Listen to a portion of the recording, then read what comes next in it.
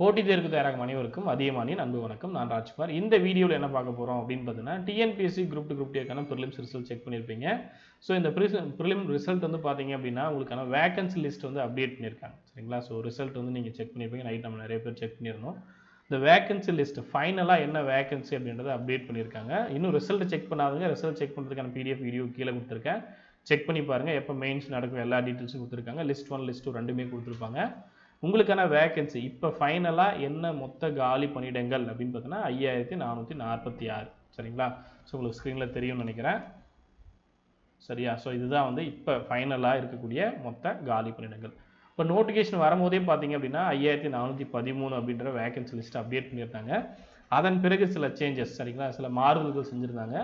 அந்த மாறுதல் மூலமாக பார்த்தீங்கன்னா கிட்டத்தட்ட ஒரு 200 வேகன்சி ரெடியூஸ் ஆச்சு, கம்மியாச்சு.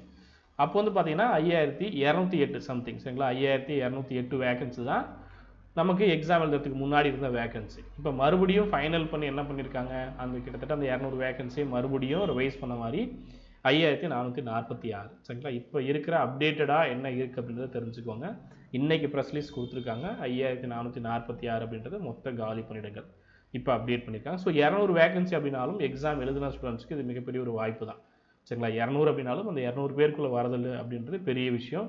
ஸோ அது ரிவைஸ் பண்ணது நல்ல விஷயம் தான். சரிங்களா? இந்த டைமே எக்ஸாம் எழுதின ஸ்டூடெண்ட்ஸ்க்கு அது மிகப்பெரிய ஒரு பெனிஃபிட்டாக இருக்கும். இதுக்கு முன்னாடி வந்து பார்த்தீங்கன்னா 5208 அப்படின்னு இருந்தது. இப்போ 5446 அப்படின்ட்டு.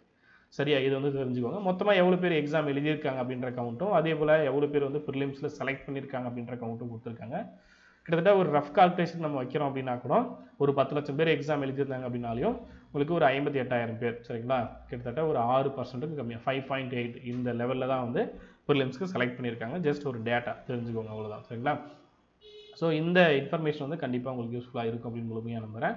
ரிசல்ட்டை செக் பண்ணாதுங்க. ரிசல்ட் செக் பண்ணுறதுக்கான பிடிஎஃப் இந்த வீடியோ கீழே கொடுத்துருக்கேன், செக் பண்ணி பாருங்கள்.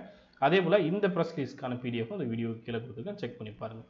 நன்றியுடன் அதியமான் குழுமம் கட்டளை தவம் ஆற்றலை வரம். நன்றி, வணக்கம்.